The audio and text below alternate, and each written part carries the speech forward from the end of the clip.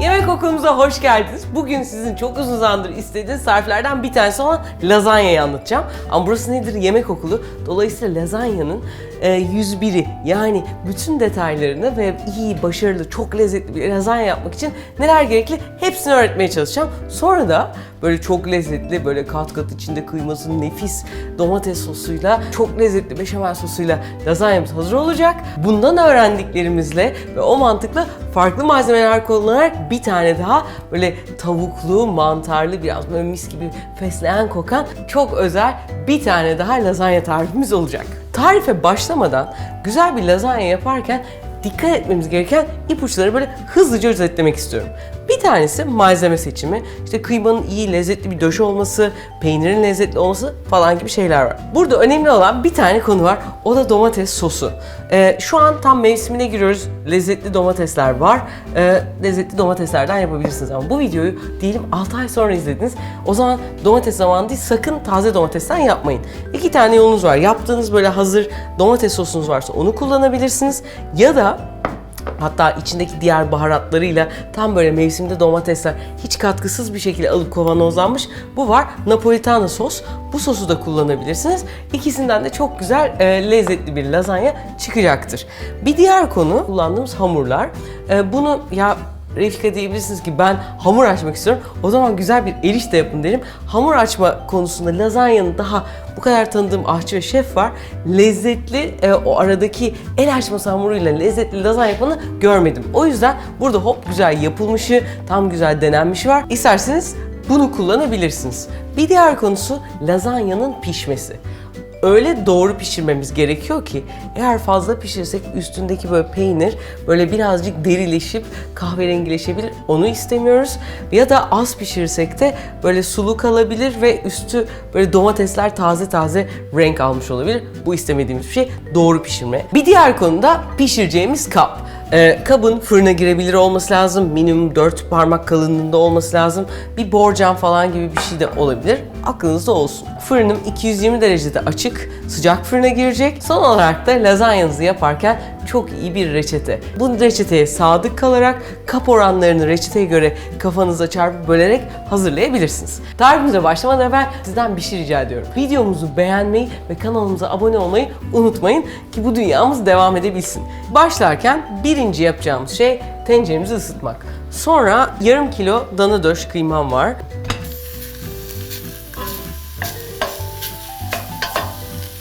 Şimdi ilk başta kaşığımın ucuyla kıymaları birazcık ezerek kavurmaya başlıyorum. Her tarafı birazcık kahverengileşince artık soğanları ekleyebilirim. 2 tane soğanım var. Onları böyle güzelce rendeledim. Şimdi kıymalar böyle önce bir parça suyunu bırakıyor ve ondan sonra çekmeye başladığında soğanın suyunu içine çektiğinde çok daha lezzetli oluyor. Bunu şimdi böyle yaklaşık 5-6 dakika kavuracağım.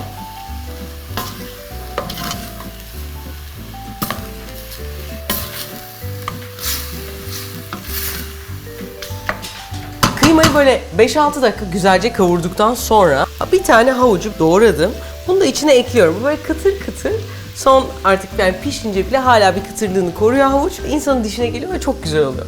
Bunun haricinde şimdi 2 çorba kaşığı da domates salçası koyacağım. Şimdi bu domates salçasını niye koyuyorsun Refika diye soruyorsanız, bu özellikle bu şu an mesela güzel bulduğum domatesler pembe domates. Tam o böyle kırmızı iştah açan rengi için birazcık salçaya ihtiyaç oluyor. Şimdi bunu böyle güzelce bir karıştırıyorum. Bunun içerisine başka ne koyacağım? Birazcık beyaz üzüm sirkesi, 3 çorba kaşığı kadar. Bir o kadar zeytinyağı ekliyorum. Neden sirke diyebilirsiniz? Sirke bir kere domatesin bir acılığı vardır ya, o acılığını alıyor. Tam tersi, hatta böyle hani ekşilerin savaşı gibi kazanan bence orada sirke oluyor ve hiç sirke tadını da yok ederek çok böyle lezzetli bir kıvam aldırıyor aslında domatese. Şimdi birazcık tabii tuza da ihtiyaç var. Yaklaşık böyle 1 tatlı kaşığı kadar tuz ekliyorum. 1 tatlı kaşığı kadar da güzel kendi çektiğim karabiberi ekliyorum. Artık neredeyse hazır bu haliyleyken çok da güzel kokmaya başladı. Rendelediğim domatesleri ekliyorum.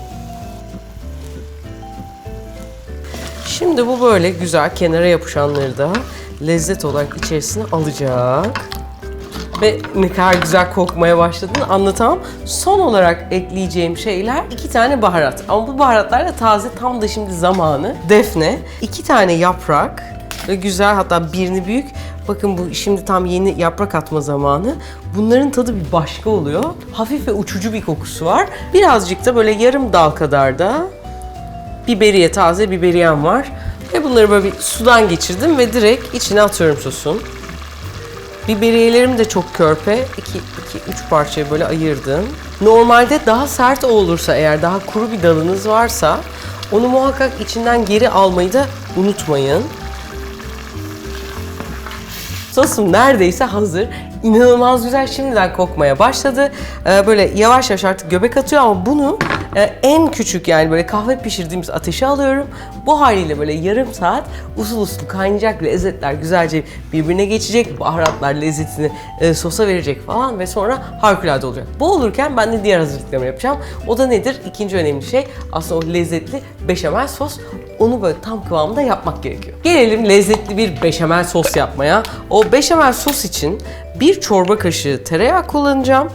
O da onun bağlaması için önemli. 2 çorba kaşığı da zeytinyağı ekliyorum. Önce tereyağın birazcık erimesi lazım.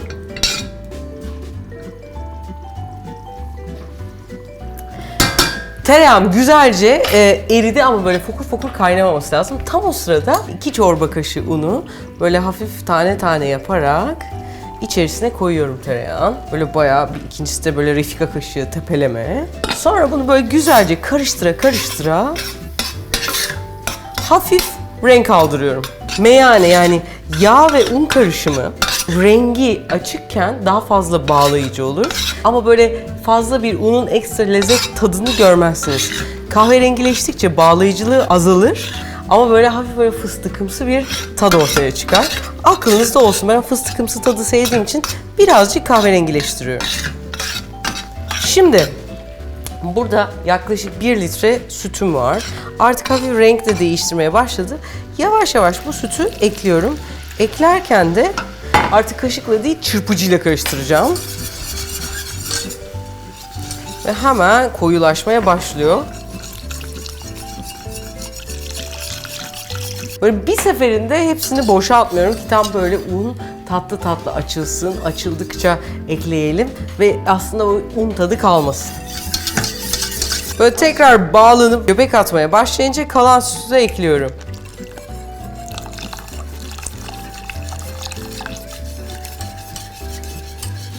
Şimdi gelelim artık böyle son koyulaşmadan baharatlarına. Bir böyle dolu çay kaşığı kadar tuz, bir o kadar daha karabiber ekliyorum. İsterseniz böyle aman renginde karalık olmasın derseniz beyaz biber de ekleyebilirsiniz. Son olarak da asıl olmazsa olması muskat. Herhalde bu beşamel en çok yakışan şey. Artık tatlı tatlı fokurdamaya da başladı. Bu fokurdamasıyla yaklaşık bir 2 dakika kadar daha tatlı tatlı çevirerek pişireceğim beşamelimi ki hiç o un kokusu kalmasın. Yoğun da tam böyle istediğim kıvama gelsin. Şimdi artık kıymam hazır, beşamelim hazır. Bunun içerisine dil peyniri ekliyorum. 50 gram dil peynirini içine koyunca birazcık daha yoğun olacak. Ama burada bu güzelce karıştırıyorum. Çünkü bakın böyle şu an böyle ince ince uzuyor ya peynir. Bu uzaması, yok olması, sosu böyle kalınlaştırmış olması gerekiyor peynirin. Onun için böyle tatlı tatlı karıştırmaya devam ediyorum. Evet. Hani demin uzuyordu, şimdi hiç uzamıyor. Tam bu istediğimiz ideal kıvam. 2-2,5 dakikada güzelce karıştırdık. Artık sosum tamam. Bunun altını kapatıyorum. Kıymam da böyle çok güzel pişti. Bu da böyle mis gibi kokuyor. Artık ikisi birazcık soğuması lazım. Ben de bir parça dinleneyim. Beşamel de soğudu, kıymamız da soğudu. Artık yapmaya geçebiliriz. Türkler olarak bu lazanyayı böyle börek kafasıyla düşünebiliriz. O da nedir? Yani en alta hamur koymak. Ama aslında öyle yapılmıyor. En alta böyle bir parça hem de yapışmasını engelleyecek şekilde kıyma koyacağım. Ve üzerine de bir parça beşamel koyacağım. Sonra katmanları daha sonra ekleyeceğim. Şimdi burada bir kutu Barilla lazanyam var. yaklaşık içinden 30 parça çıkıyor ve bunların özelliği şu, ön pişirme gerektirmiyor. O da ne demek? Yani eskiden ben çocukken ilk yaptığımızda annemle falan haşlardık. Şimdi bunlarda öyle bir şey gerek yok. Bu haliyle ve birazcık da böyle sulu güzel bir beşamel yapınca hazır oluyor. Gelelim bir sonraki kata çıkmaya. Ben size güzel çeyizimden bu en sevdiğim fırın kaplarından bir tanesi, onu kullanayım istedim. Ama böyle cam kare kapta böyle daha rahat olabilir aslında bir lazanya yapmak. Orada da şöyle bir şey var. İlkini böyle bana paralel koyduk yeter. İkincisini dikey. Yani bir ters bir düz, bir ters bir düz gibi ki bu ek yerler üst üste gelmesin. Aynı şekilde her katı tekrarlayarak yapacağım. İkinci katmanda tekrar kıyma, beşamel sos ve bir parça peynir ekleyeceğim.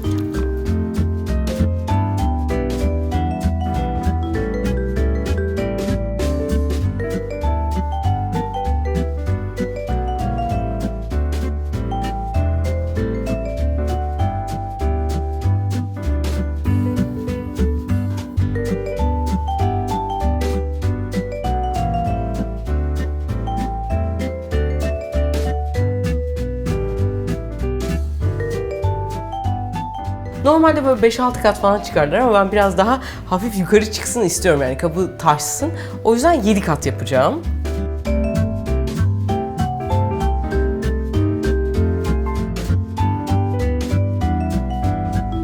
Üstüne birazcık dil peyniri. Şimdi burada neden dil peyniri? Normalde güzel bir lazanyada aslında nedir orijinalinde? Mozzarella. Bizim memleketimizde mozzarella gibi aslında hürmet görmesi gereken, böyle uzadığında da çok güzel uzayan dil peynirimiz var. O yüzden bu dil peynirlerini böyle uzun uzun koyuyorum. Her katına yaklaşık 40-50 gram gelecek şekilde dil peynirlerini yerleştiriyorum. Şimdi gelelim son kata. Şimdi son katta da aynı en alt kat gibi, yani böyle börek gibi üstüne insanın bir katman daha koyup kapatıp üzerine peynir koyası geliyor ama öyle yapmıyoruz. Ne yapıyoruz? Kıymadan biraz koyup üzerine tekrar beşamel koyup peynir koyup öyle fırına sürüyoruz.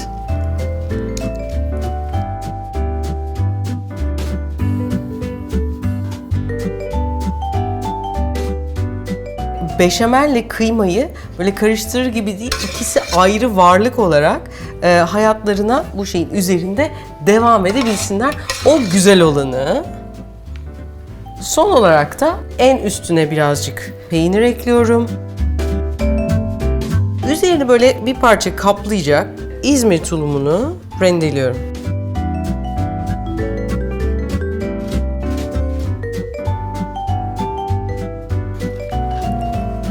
Şimdi bunu bu haliyle artık fırına yerleştirebilirim.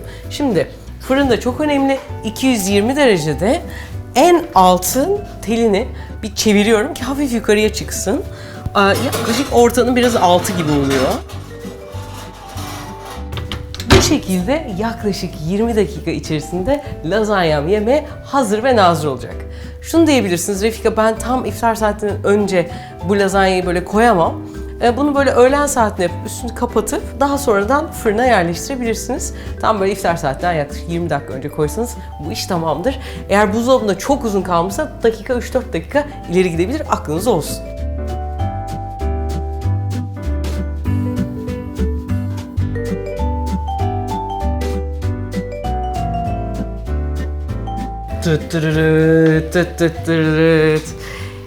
Evet. Fazladan 2 kat çıkmamın sebebi bir Türk olduğumdan da olabilir. Ama bu böyle etrafında o kabarık böyle yüksek görüntüsü bir başka insanın böyle aklını başından alıyor. Araları ve içindeki mutluluğunu böyle görebilmek adına hafif böyle bir suflemsi bir hali de oluyor. Çok çok güzel ve keyifli. Yani çıkarıp masaya getirip ondan sonra işte herkes bir çorbasını içip böyle ilk bir iftarlığını yaptıktan sonra birazcık beklemekte fayda var. Ondan sonra hem katmanları daha rahat çıkacaktır hem de daha kolay, siz hani böyle hop yarısı üstünden kayıp falan gitmeler olmayacaktır. Bu da aklınızda olsun. Yapımı kadar servisini yaparken de önemli bir detay.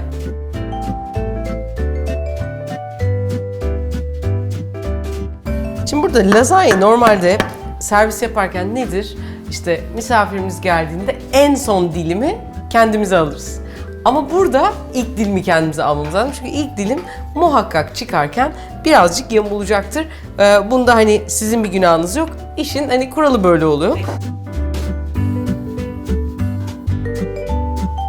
Evet, böyle güzel, böyle bütün katmanları böyle üst üste olan hoş bir lazanya artık sizi ve sizin sevdiğiniz ve bütün gün aç bekleyip bu anı hak etmiş insanlar için hazır ve nazır oluyor.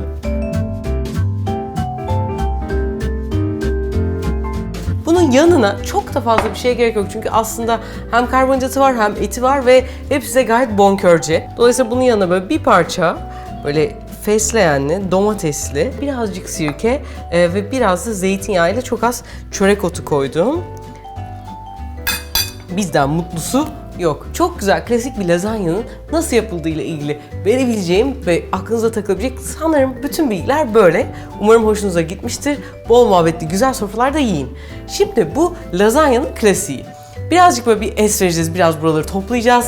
Sonra ben bir parça dinleneceğim. Sonra bütün bu bilgilerle nasıl bambaşka şeyler yapabiliriz? Hala lazanyanın matematiği kafamızda, onu göreceğiz. Gelelim ikinci lazanyamıza. Yani bildiklerimizle, gördüklerimizle nasıl hayal gücümüzle birleştirerek yepyeni başka şeyler yapabiliriz. Normal bir kare kap yerine bir tane kek kalıbı kullanacağız ve bu kek kalıbının içerisine lazanyayı da şekillendirmek istiyoruz. Taneler ısıtılmasına normalde gerek yok ama birazcık ıslatıldığında da şekil alabilecek hale geliyorlar. Ama normal bir şeyle ıslatmayacağım. Neyle ıslatacağım derseniz bu Barilla'nın bu bizim çocukluğumuzdan beri ki bayağı da zor açılıyormuş. Pesto sosu var. Dolayısıyla bunu önce büyük bir böyle geniş bir baklava tepsisine alıyorum ve bu içine boşaltıyorum. Çok öyle ince iş yapmıyorum. Sonra bunun içerisine bu birse bunun bir iki katı kadar, yani bu kadar. Şimdi bir bu kadar daha su koyacağım. Şimdi diyebilirsiniz ki Refika biz şimdi pesto sos bulamıyoruz. Onun için de yemek okulumuzda kiler bölümünde pesto tarifi var. Oradan da yapabilirsiniz. Şimdi bunun içerisinde iyice eriteceğim.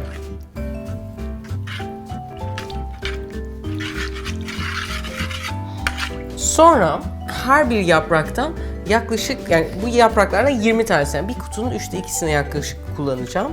Bunları bunun içine böyle daldırıyorum. Ve her yaprağın her tarafının iyice ıslandığına emin oluyorum. Ve ıslandığından kısa bir süre sonra kendini bir parça yumuşatmaya başlıyor. Böyle yaklaşık 25 dakika bekleyecek. Arada bunları bir alt üst edeceğim. Bundan sonra da istediğim yumuşaklığa kavuşacak. Onu yaparken de ben artık lazanyamın diğer iç, yani o tavuğunu, o güzel mantarını ve güzel beşamel sosunu hazırlamış olacağım. Gelelim içine. Burada 500 gram yaklaşık 2 tavuğun göğsü var. 2 çorba kaşığı zeytinyağı koyuyorum. Birer çay kaşığı tuz ve karabiber ekliyorum. Birazdan da onu tavada ekleyeceğim. Güzel bir köri koyacağım. Başka da hiçbir şey koymaya gerek yok. Ve hazır böyle güzelce pişerken yaklaşık bir tatlı kaşığına denk gelecek ya da silme çorba kaşığı da diyebiliriz. Köri koyuyorum. Ama körinin acılaşmaması için birazcık böyle ateşle kavurmak gerekiyor. Çevirerek onu da kavuruyorum.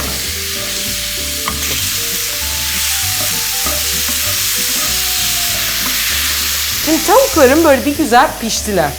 Ama aslında şu an yiyecek olsam bir 3-4 dakika daha pişiririm. Onu da nereden anlarım? Böyle bastırdığımızda lif lif ayrılıyorsa tam kıvamında pişmişti. Biraz böyle gücüyle, spatulanın gücüyle ayrılıyorsa biraz daha pişme payı var demektir. Ama onu biraz bekletiyorum çünkü aslında fırında da yine bir 15-20 dakika pişecek. Bunu böyle kenara alıyorum.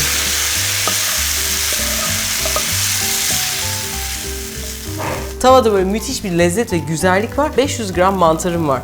Bir kutudan hatta biraz fazlaya denk geliyor. Bunun yaklaşık yarısını koyuyorum. Birazdan mantar azıcık sulanacak. O azıcık sulandı o tavadaki güzelliği sıyırıp kendi diye içine alabilecek hale gelecek.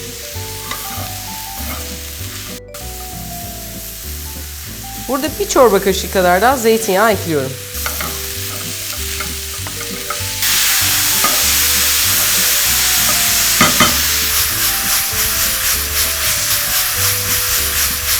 Neden bütün mantarları koymadın? Sordun mu bana bunu Tunç mesela? Neden koymadın? Neden koymadım? Çünkü aksi takdirde eğer bütün mantarları koyarsam çok fazla sulanacak ve mantarlar kavrulmak yerine haşlanacaklardı. Şimdi mantarları da sulu olmamaları çok önemli. Çok fazla sulu olurlarsa dediğim gibi içini fazla sulandırırlar. Kalan mantarları da ekleyip yaklaşık bir çorba kaşığı kadar daha zeytinyağı ekliyorum. Bu arada buna daha hiç tuz, karabiber koymadım. En son ikisini birleştirip toplu koyacağım ki ölçü kaçmasın. Bu da bayağı pişti. Bu diğer mantarın son böyle altına akan suyunu da ekleyip böyle yaklaşık bir çay kaşığı kadar tuz ve bir o kadar da hatta biraz daha fazla karabiberini ekliyorum. Ve şimdi artık tavuğum hazır, mantarım hazır. Yapraklarımı şöyle bir tur çevirdim. Hala bir parça sertler. Bir 5 dakikaları falan daha var. O arada ben de artık son beşamel sosumu yapabilirim ama beşamelde de minik refikacı numaralarım var. Şimdi bu klasik lazanyaya göre biraz daha farklı olacak. Bir çorba kaşığı tereyağına, bir çorba kaşığı un kuralı hala devam ediyor. Ocağımın altını açıyorum. Tereyağımı hemen arkasından da unumu koyuyorum. Unu bu sefer bir tarafa, tereyağı bir tarafa koyuyorum. Şöyle tereyağı bir taraftan erirken un da hafif islenmeye başlasın. Bu böyle kısık ateşte erirken şimdi bunun ekleyeceğim suyuna, pestolu suyun alabildiğim kadarını alacağım. Yaklaşık 200 mililitresini alıyorum. Kalanında süt ekliyorum. 200 mililitre de süt. Burada tereyağım eridi, unum tatlı tatlı kavrulmaya başladı. Şimdi bunları karıştırıyorum.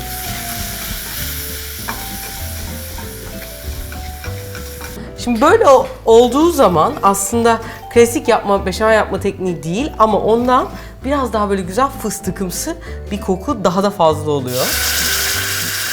Şimdi biraz karışımdan ekliyorum ve karıştırıyorum. Yavaş yavaş eklemeye devam ediyorum. Kanı da ekliyorum. Ve de aslında çaktırmadan böyle bol fesleğen kokulu, lezzetli bir beşamelimiz olmuş oluyor. Artık yavaş yavaş yoğunlaşmaya başladı. Buna şimdi hazır sostaki tuzlu olduğu için daha az, yani böyle bir tutam, yaklaşık bir silme kaşık gibi bir tutam da karabiberini ekliyorum. Ama burada muskat yine gerekli. Muskatı nereden bulabiliriz? İşte bir diğer adı Hint cevizi nereden bulabiliriz gibi sorular oluyor. Artık neredeyse bütün o büyük marketlerde var. Artık göbek atmaya başladı. Nedir Tunç sonuna ekleyeceğim şey? 50 gram kaşar. O da böyle bir tutam gibi oluyor. Rendeledim ki daha rahat karışabilsin. Artık altını kapatıyorum ve mantarım neredeyse soğudu. Tavuğum da soğudu. Biraz beşamel sosum da soğusun. Ondan sonra afiyetle artık yapmaya geçebiliriz. Şimdi 4 tane de yeşil soğanım var. Bu o güzel körili tavukla ve fesleğen sosuyla ve çok güzel olacak. Yeşil taraflarına gittikçe parçaları, yani kestiğim parçaları büyüterek gidiyorum. Ve böyle bir sürü soğanım oluyor. Bunu direkt tavukla karıştırıyorum. Şu 25 santim, hatta adı da Manolya diye geçiyormuş, bir kek kalıbım var. Bu kek kalıbının her tarafını güzelce yağladım. Önce bir artı şeklinde yerleştireceğim. Şu an önemsediğim şey bu lazanya yapraklarının özellikle bu boru tarafını kapatabilmesi. Aslında böyle 4 tane yetecek. Mesela bunda minik bir çatlak var, hiç önemli değil. 4 tanesini yerleştirdiğimizde bu boru tarafı tamamen kapanmış oluyor. Artık bundan sonra ikinci koyduğum parçalar yarısını dışına taşarak yerleştiriyoruz. Böyle 4 tarafını yaptık ama arada boşluklar, çatlaklar özellikle ilk yaptığınızda kalabilir. Onun için böyle birkaç parçayı da her ihtimale karşı bu ek yerlerin olduğu yerlere böyle koyarak kapatabilirsiniz. Onlar da hatta en çirkin parçalarınız olsun, en böyle parçalanmış varsa. Şimdi gelelim artık koymaya. İlk başta mantarla başlıyoruz. Mantarın yarısını yaklaşık yerleştireceğim.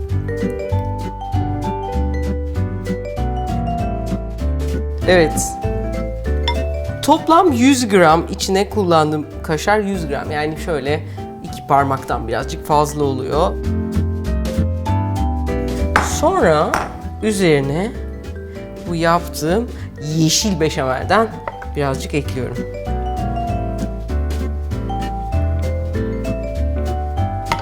Sonra bir ara katman yapıyorum. Yine bu daha böyle parçalanan parça varsa onları böyle çapraz çapraz yerleştiriyorum. Bunu böyle arada parçalanabilir. Hiç önemli değil. Tam bir katman oluşmasını sağlıyorum. Şimdi gelelim ikinci katmana. Orada tavuğumuz ve soğanım var. Onu da böyle hop yerleştiriyorum.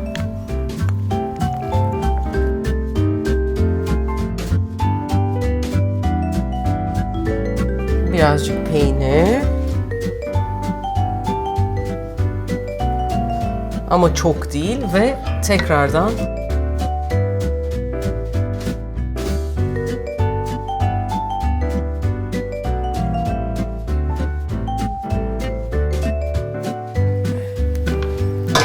ve böyle bir kat daha tekrar döşüyorum.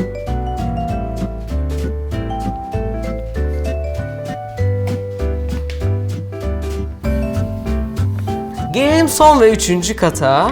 Burada da kalan mantarlarım ve tavuklarımı karışık bir şekilde koyacağım.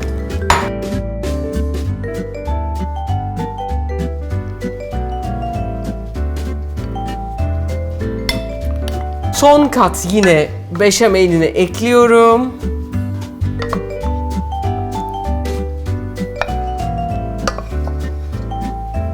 Kaşarını da ekledim mi? Artık bu güzellik kapatıp iftar vaktine yakın fırına girmeye hazır olacak. Son katta buralar genişlediği için bir bütün parçayı kullanacağım. Onu böyle üstüne koyup hafif de bastırıyorum ki içi böyle tıknaz olsun. Yine böyle bir diğerini de bu tarafa koyuyorum. Üstünü kalan parçaları da sanki böyle bir tava böreğini kapatır gibi kapatıyorum. Hala kalan yerler içinse yine üzerini böyle minik parçalarla kapatmak mümkün. Artık fırına girmeye hazır. 200 derecede altlı üstü fırına olacak. Yine altlı üstü de en alt tarafı birazcık ters çevirip teli yukarı kaldırmış oluyoruz. Bu şekilde 20 dakika pişecek. Ondan sonra da çıkaracağız, üstünü çevireceğiz, üzerine böyle kaşarları koyacağız. 5 dakikada öyle pişirdikten sonra yemeğe hazır ve nazır ve söz veriyorum büyük ihtimal 6'yı çok iyi doyurur, 8 kişiyi de eğer yarısı kızsa böyle bayıla bayıla doyuracaktır. Bunun da sözünü buradan veriyorum. Fırından çıkardık, mis gibi kokuyor. Şimdi bunu nasıl bir şey yapacağız? Şöyle üzerine bir tabak çıkarıyorum.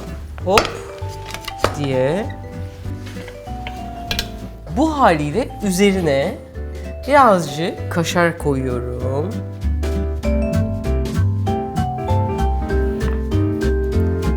Ve bu haliyle tekrar fırına son 5 dakika iyice böyle eriyip üstünde hafif bir parça çıtırtısı olmak üzere fırına geri yerleştiriyorum.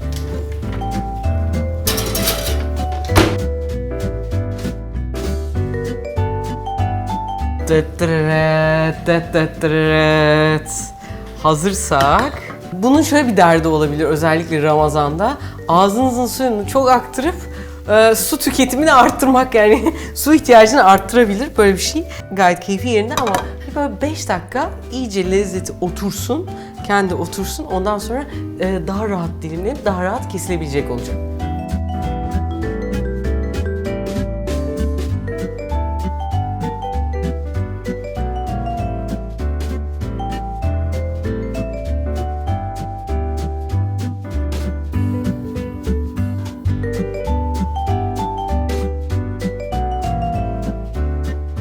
mantarı, tavuğu, soğanı, lazanyası, o güzel bol fesleğenli sosuyla gerçek anlamda bir ziyafetin size sözünü gerçekten Refikacı veriyorum. Umarım hoşunuza gitmiştir. Klasik lazanya tarifimiz, lazanyanın uçtuğu hali. Burası yemek okulu, sadece tarif değil, tarifin mantığını anlayıp siz de evinizdeki, elinizdeki ne malzeme varsa onunla tarifleri yapabilmeniz için küçük bir pencere açmak istedik. Umarım hoşunuza gitmiştir. Hoşunuza gittiyse kanalımıza abone olmayı, eğer aboneyseniz de sevdiğiniz insanlara tavsiye etmeyi ve aşağıda beğen tuşuna da basmayı unutmayın ki bu dünya sizin de katkılarınızla, sizin sayenizde devam edebilsin. Bizden bu kadar. Görüşmek üzere. Umarım hepimizin Ramazan'ı hem huzurlu, hem bereketli, hem de böyle çok fazla zorlanmadan geçecektir. Ve sonunda da böyle güzel yemeklerin olduğu, bol muhabbetin, bol sevginin olduğu da sofralar kurulur. Arada orada da bizim tariflerimizden yapar, bizi hatırlarsanız bizden mutlusu da olmaz. Eğer lazanya tariflerimizi beğendiyseniz yine çok seveceğinizi düşündüğüm bir tarif daha var. Onun için buraya tıklayarak ona ulaşabilirsiniz. Eğer kanalımıza hala abone değilseniz onun için de buraya bir tane buton koyduk. Oraya basıp abone olabilirsiniz.